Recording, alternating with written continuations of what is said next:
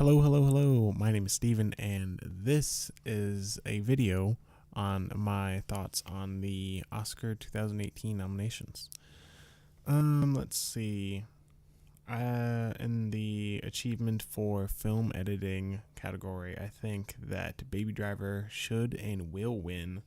Um, if you haven't seen Baby Driver, definitely go see that.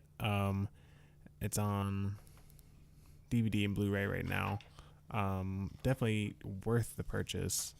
If you haven't seen Edgar Wright's work with Shaun of the Dead or Hot Fuzz or The World's End, Scott Pilgrim, you need to watch those movies. But definitely, you need to watch Baby Driver, one of the best movies of the year, even though it's not his best movie. Same for sound editing and sound mixing. I think that Baby Driver should and will win those categories too. Um, the nominees for sound editing and sound mixing are the same this year, which I find pretty cool. Let me see what else. For achievement in makeup and hair styling, I think that's going to go to The Darkest Hour. Gary Oldman's work as Winston Churchill, just the makeup of that just looks fantastic. I think that will win, even though I haven't seen any of the movies in this category: Darkest Hour, Victoria and Abdul, or Wonder. Let me see.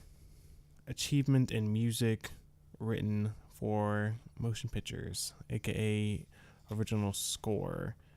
Out of these, I don't think that the Last Jedi score was great, wasn't memorable really. Same with the Three Billboards, but I think that out of these, I think that Dunkirk is the most memorable and the best. But they definitely snubbed Blade Runner 2049, and I think that The Shape of Water will win out of these nominees, but I think that the best score of the year overall was Blade Runner 2049. It's either that or tied with War for the Planet of the Apes, because that had an extremely memorable score. I love that score. Achievement in visual effects, I think that Blade Runner should win. I don't think that Guardians of the Galaxy Volume 2 should be in this category at all, because it didn't have mind-blowing visual effects. It didn't have anything out of the normal. But then again, neither did Star Wars The Last Jedi. So I don't think either of those should be in this category at all. But I also think that War for the Planet of the Apes should be nominated, and I think that will be nominated. I mean, I think that it will win. It should and it will win. But if War for the Planet of the Apes doesn't win, I think that Blade Runner 2049 should win. For adapted screenplay, I think that The Disaster Artist should and will win, even though it is nice that they gave Logan a nomination, because Logan got lots of attention this year, obviously. Last year, 2017, for being so different from every other comic book movie that came out. So it's good that they got a nomination, but I don't think they'll take it home. I think that it's The Disaster Artist for the win. But also, it's very interesting to find out that Dee Reeves, who wrote and directed Mudbound for Netflix, she is the first black woman to be nominated for the category Adapted Screenplay, and then the second black woman overall to be nominated for a writing Oscar. That's something that you wouldn't think about. But yeah, it's a thing. That's a fact. For original screenplay, that um, I think that Get Out should win, definitely hands down, 100%. It should win, um, and it has a very high chance of winning. I think that the only movie that might beat it out will be Lady Bird. I don't think they'll give it to The Shape of Water. I think that'll get some other awards. Though, I'm surprised I haven't seen I, Tanya in the adapted screenplay or the original screenplay category, because that movie got a lot of Oscar buzz, but it didn't get as many nominations as I was expecting. It only really got editing and best supporting actress and best actress. Um, mm, yeah, I think that Get Out should and will win. Um, it's either that or Lady Bird, but I'm really pulling for Get Out. Let's see. Oh yeah, also Jordan Peele is the third person ever to receive a Best Picture, Best Director, and Best Writing nomination for their first feature as a director, and he is, out of those three people, he's the first African American to do that, which obviously is an amazing achievement, and just goes back to my point that Get Out is the best movie of the year, and if you don't agree that it's the best movie of the year, you have to at least agree that it's good, because it was really just phenomenal. Let me see. Best Animated Feature Film of the Year. The Boss Baby got nominated, and that shocked a lot of people. What I'm shocked by is Lego Batman getting snubbed. Back in 2014, I believe, when the Lego movie came out, that got snubbed, and that shocked everyone. But yeah, I think the Academy just has something against Legos. Maybe they just don't like Legos, which isn't fair, because the Lego movies are all good, at least. But the Lego Batman was incredible, and I think it's the best out of the three Lego movies that they have made. It's also interesting to see that there were two Lego movies released last year, and then I believe the second one of the Lego movie is going to be released in 2019. But anyway, let's not make this about Legos. I think that Coco will win this category, even though I haven't seen any of the nominees in this category yet. The Boss Baby is on Netflix, so maybe I'll give that a watch sometime. Let me see. Achievement in Cinematography. It is Roger Deakins' 14th time being nominated, and he hasn't won at all. And he is what most people see as the best cinematographer of all time. I think that he should win, but I think that Dunkirk or The Shape of Water will take it home. Even though Roger Deakins deserves this award, I think I'm behind that more than I am Jordan Peele winning Best Director, even though he should win that too. But we'll get there. We'll get there in a second.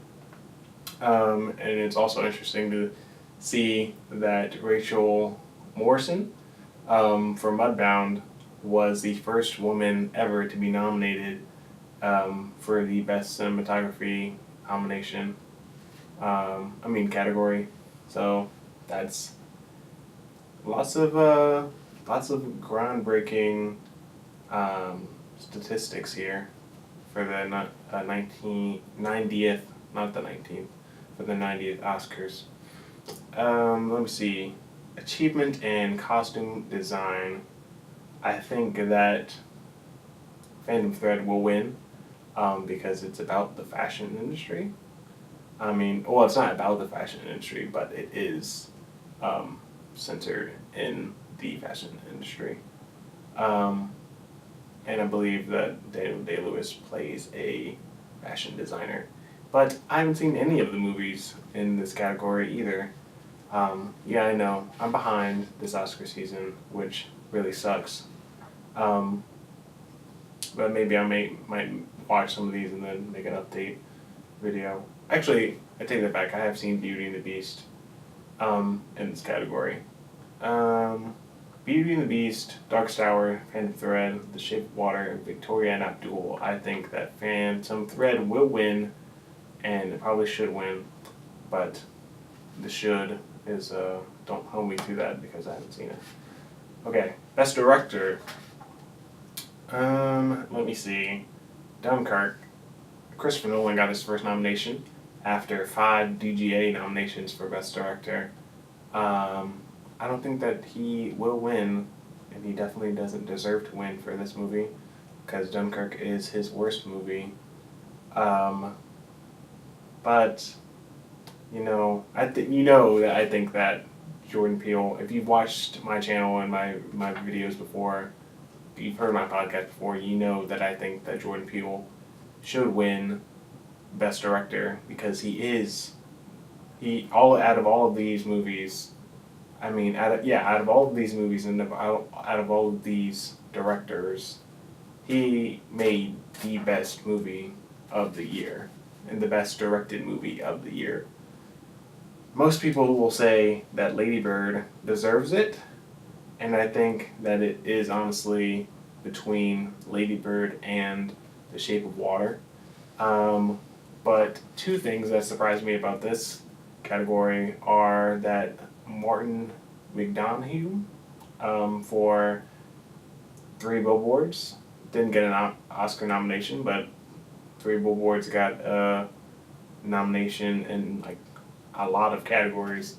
And then Steven Spielberg didn't get a nomination for The Post, which was also surprising to me. Edgar Wright definitely got snubbed this year, even though it is his worst movie. But this is Christopher Nolan's worst movie too, so it's only fair that he gets nominated too. If I had to take out anyone, I would take out I would take out Greta Gerwig, put in Edgar Wright, and then I would also, while we're taking people out, I would take out Christopher Nolan and put in Sean Baker for The Florida Project, or Matt Reeves for the Planet of the Apes. Let me see. Some other interesting things, really cool facts, that Jordan Peele is the 5th ever black director nominated, and if he wins, he would be the first black director to win, so I'm really rooting for him now. And then Greta Gerwig is the 5th woman nomination, and if she wins, she'll be the 2nd woman to ever win this award. Let me see. Okay, wrapping things up. Let me see. Performance by an actor in a leading role. James Franco isn't in this category. He got a lot of Oscar buzz for his performance as Tommy Wiseau in The Disaster Artist, and he won a Golden Globe for that. But then the allegations came out about him, so I think that's what stopped him from being nominated. I think that is the reason why.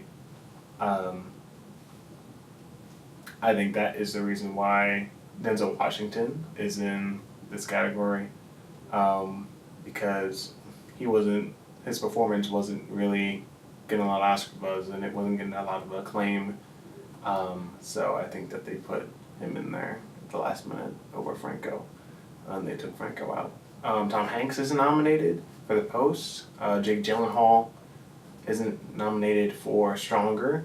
And a lot of people were saying that Mark Hamill should be nominated for his performance in The Last Jedi, but, let's just stop that.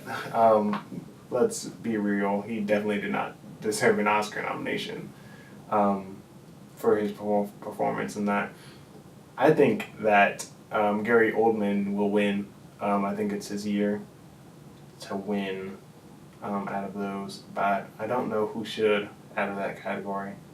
Because I haven't seen Call Me By Your Name or Phantom Thread, Darkest Hour, or Roman J. Like I said, I know you're rolling your eyes. I'm behind. I'm sorry. performance by an actor in a supporting role. Christopher Plummer is the oldest nomination in this category at 88 years old. I think that William Dafoe should win, and a lot of people were saying that Armie Hammer got snubbed in the category, but like I said, I think that William Dafoe should win out of the performances I've seen in this category, but I think that they will give it to either Christopher Plummer or Sam Rockwell. Leading actress, I think that they will give it to Frances McDormand for Three Billboards, but they should give it to Margot Robbie. Some things that I think are really crazy are that people think that Carrie Fisher got snubbed, and she definitely didn't. Her performance in the Last Jedi was not anything Oscar worthy. Let's be real. But it's Saoirse Ronan's third Oscar nomination, and she's only 23, so that's pretty crazy. Jessica Chastain didn't get nominated for Molly's Game. But if I had to take out anybody in this category and put someone else in, I would put in Brooklyn Prince for her work in the Florida Project, the little girl, and I would swap her for Ronan. But yeah, so yeah, if you haven't seen Florida Project, definitely seek that out if it is in theaters near you. Performance by an actress in supporting role, I think Laurie Metcalf for Lady Bird should and will win. A lot of people are saying that Holly Hunter and Betty Gabriel got snubbed. Betty Gabriel for Get Out definitely didn't have enough there in her performance to merit a Oscar nomination. And then again, I mean, the one scene she had that was breakout was amazing. It gives me goosebumps every time I watch it. But it's definitely not Oscar worthy. Her performance as a whole, she wasn't in the movie enough to get an Oscar nomination, in my opinion. Holly Hunter, same. I don't think she was in the movie enough, and I don't think her performance was strong enough to get an Oscar nomination. And Tiffany Haddish for Girls Trip, a lot of people were saying that she got snubbed, and I think she got snubbed in comparison to how I believe Melissa McCarthy got an Oscar nomination for her performance in Bridesmaids. I don't think she deserved it. I mean, I think if you're going to give Melissa McCarthy one for her performance in Bridesmaids, then you have to give one to Tiffany Haddish for her role in Girls Trip. And let me see, production design, Blade Runner 2049 should win, but they will give it to The Shape of Water or The Darkest Hour, but I think really just The Shape of Water. Okay, Best Picture. The Florida Project is missing. A lot of people are saying that the Wonder Woman and Logan are missing. Neither of them deserve an Oscar nomination, in my opinion. Good movies, not great movies. They're not the best pictures of the year, which is what this category is called, and that's what it's about. The Disaster Artist is missing. I think that's because of the James Franco allegations. I, Tonya is missing, which is shocking. But let me see. I think I, Tonya should have been nominated. I don't really think it's a snub, though. Let me see. I think that Lady Bird might win. I think that Dunkirk has a chance. Get Out should win. You know what I think. I think that Get Out should win. Call Me By Your Name and The Shape of Water.